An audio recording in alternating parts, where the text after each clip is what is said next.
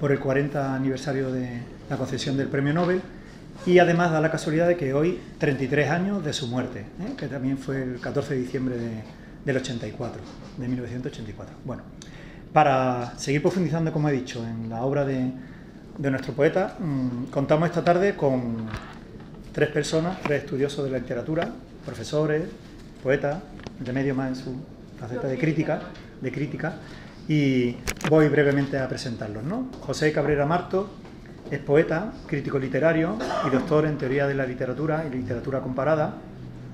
Ha sido profesor en Beijing University, en China, vocal de la Junta Directiva de la Asociación Andaluza de Escritores y Críticos y de la Asociación Internacional Humanismo Solidario, representante de la corriente Humanismo Solidario. Ha publicado los siguientes libros de poesía: Sombra deshabitada, 2002, Fanales entre el agua, 2003, Goética, de 2009.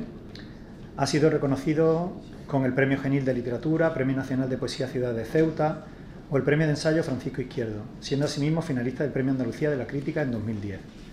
Su obra ha sido recogida en Granada, Ojos del Sur, Universidad de Granada y Parlamento Europeo 2005, Jornada Hispano-Palestina de Poesía Joven, Ministerio de Asuntos Exteriores de España y Palestina 2005, Antología de Poesía Joven Andaluza, UNAM 2006 o Humanismo Solidario, Visor 2014. Un acto de justicia poética. Esto es lo que estamos haciendo. Y yo creo que tengo que plantear solo con un libro habría más que suficiente para 20 días, para un mes, para un curso.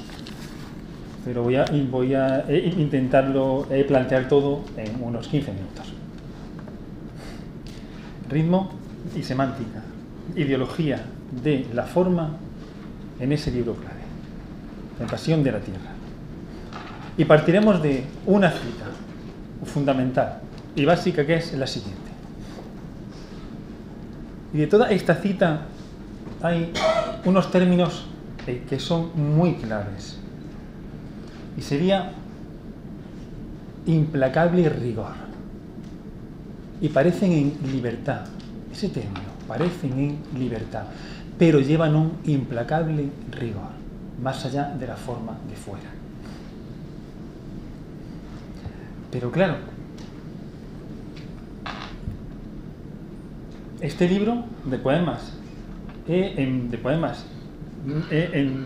son todos en prosa, es el único libro de poemas en prosa de toda su producción.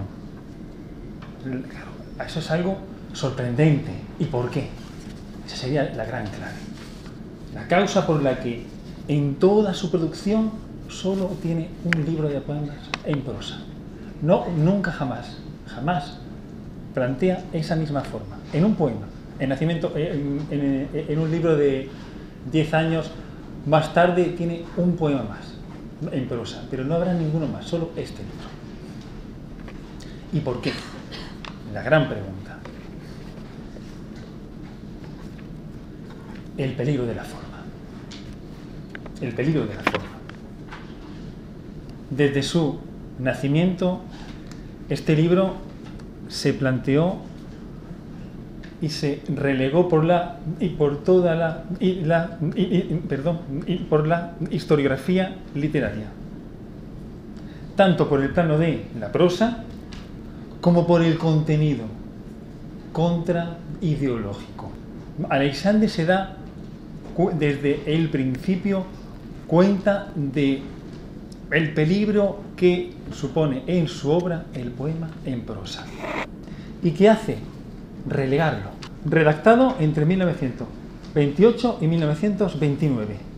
No ve la luz hasta 1935 en México. En una edición, por otra parte, limitada a 150 ejemplares. Solo 150. Y para que pase a nuestro país, se saltan casi otros 11 años, 1946. Y la siguiente, 20 años más tarde, modificada también por él. Y la última, donde cierra ya completamente este libro, otros 11 años más tarde. Es decir, un planteamiento de una obra que está en marcha y que cambia y que modifica su forma. Causas por las que esto se plantea. ¿Por qué tiene tanto miedo al poema en prosa? Varias causas. El uso del poema en prosa lo introducía en ese término muy peligroso y rechazado por él. El automatismo. Ese tipo de escritura que él vilipendia, rechaza. Fíjense, en mi segundo libro, Pasión de la Tierra, al surrealismo, aunque, como ya he dicho más de una vez, fuera de esta escuela, pues nunca he creído en sus dogmas. La escritura automática y la conciencia artística desaparecida. Eso es lo que él no quiere. Y por eso tiene tanto miedo con este libro a que se publique y a que no se entienda. Pero esto no es solo él. Esto también está en Lorca. Fíjense, en el 28, justo cuando está Lorca con sus poemas en prosa, una carta. Y dice, fíjense, creación pura, descarnada, desligada del control, pero ojo, con una tremenda lógica y poética. No es surrealismo. Fíjense, ese miedo que tienen continua el surrealismo como escritura automática, como flujo de conciencia, como la conciencia más clara los ilumina.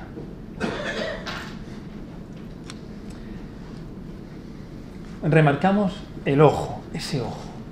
¿Por qué? ¿Por qué es este ojo? Es el ojo de Buñuel. Es el ojo que quieren romper. Es la mirada nueva que puede que el público no llegue a comprender. Advertencia, un preámbulo, una nueva mirada. Recuerden el poema de Lorca, Santa Lucía, visión nueva, ceguera de lo que se ve. Y recuerden también lo que dice Alexandre, por más que los ojos no miren, y sacó su pecho herido, partido en dos. El ojo seccionado, todo que se parte en dos para entrar en el interior. Definitivamente, esa luna romántica que se parte también en Buñuel, algo nuevo.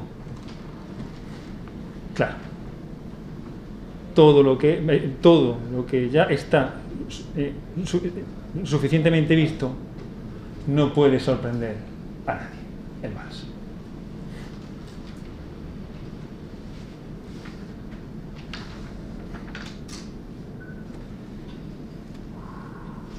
Causas del rechazo. ¿Por qué? Lo que hemos dicho, ¿no? Ese uso del poema en prosa lo introducía en el automatismo rechazado. ¿Qué hace? Dilatar la publicación de Pasión de la Tierra.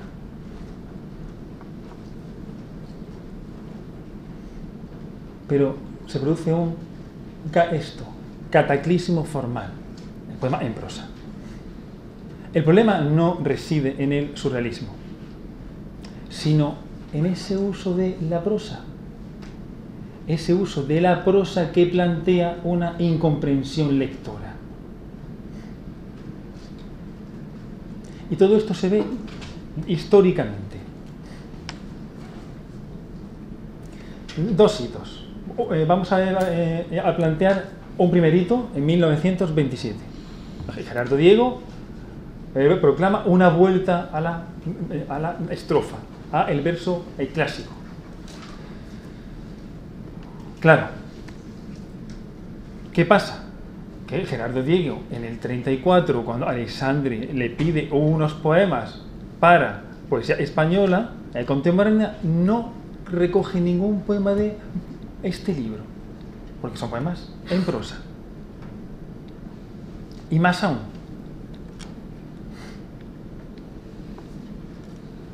en 1937, Aleixandre envía un ejemplar de Pasión de la Tierra a Vicente y le dice lo siguiente en la carta: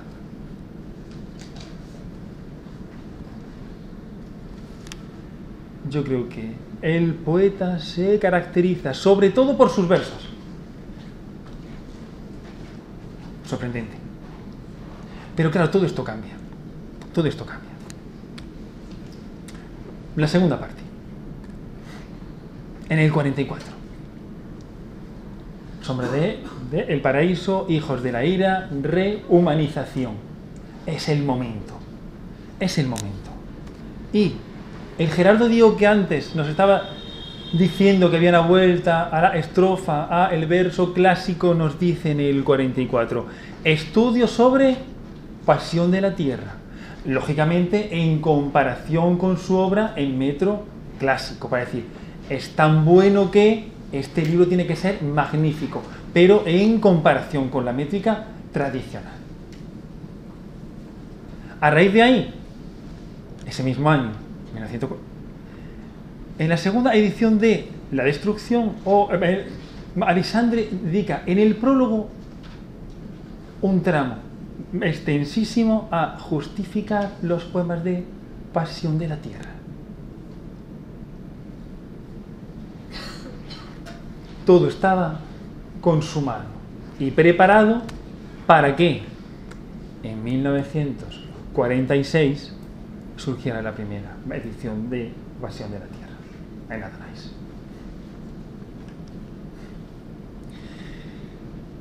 Toda esta complejidad, esta causa, este miedo. ¿Por qué? ¿Por qué este joven hace estos poemas en prosa? Si finalmente, aunque se lleguen a publicar, duda las causas por las que se publica, ¿no? 1. El poema en prosa responde a un proceso histórico e ideológico del sujeto libre, pero no en el fondo, sino en la forma, en la prosa como tal.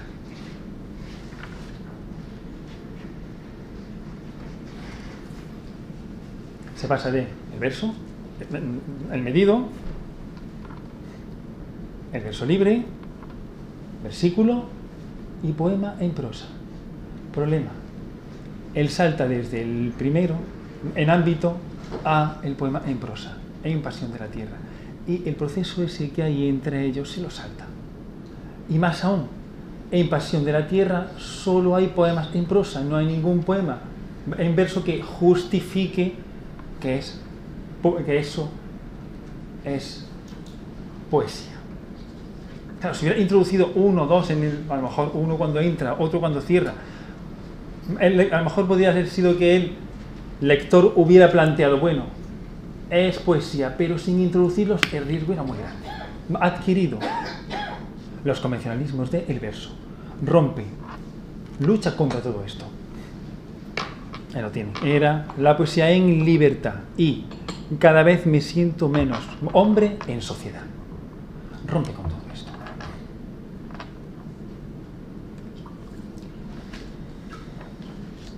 ¿Y cómo llega?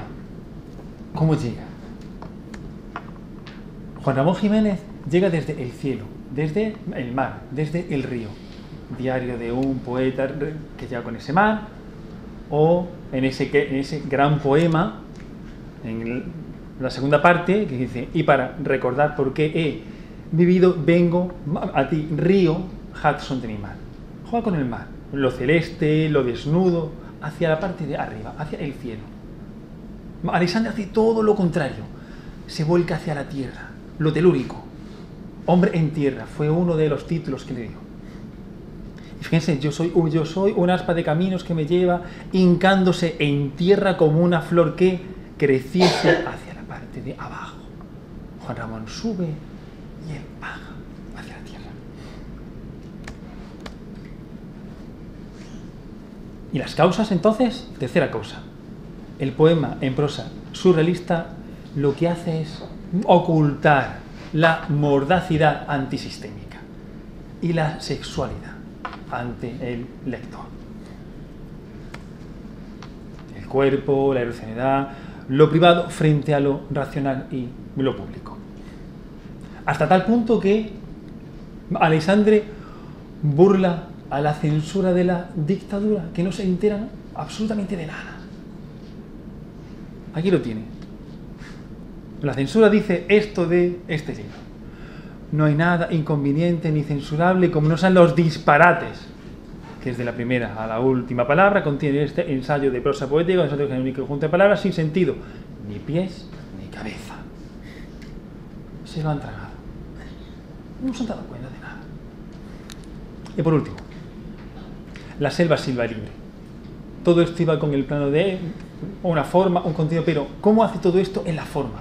Que es sorprendente. Lo que hace este hombre en este libro es increíble. Hace un bosque de ritmos.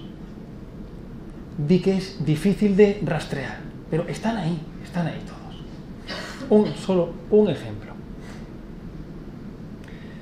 En el primer poema, o en el segundo, ya no puede ser el primero, el segundo, en vida. Fíjense, esa sombra o tristeza, ese golpe de 1, 2, 3, 1, 2, 3, masticada que pasa doliendo, cambio de ritmo, doliendo que no oculta, sigue el mismo ritmo, las palabras por más, cambio de ritmo, que los ojos no miren, sigue con el mismo, lastimado dolerme, cambio de ritmo de nuevo.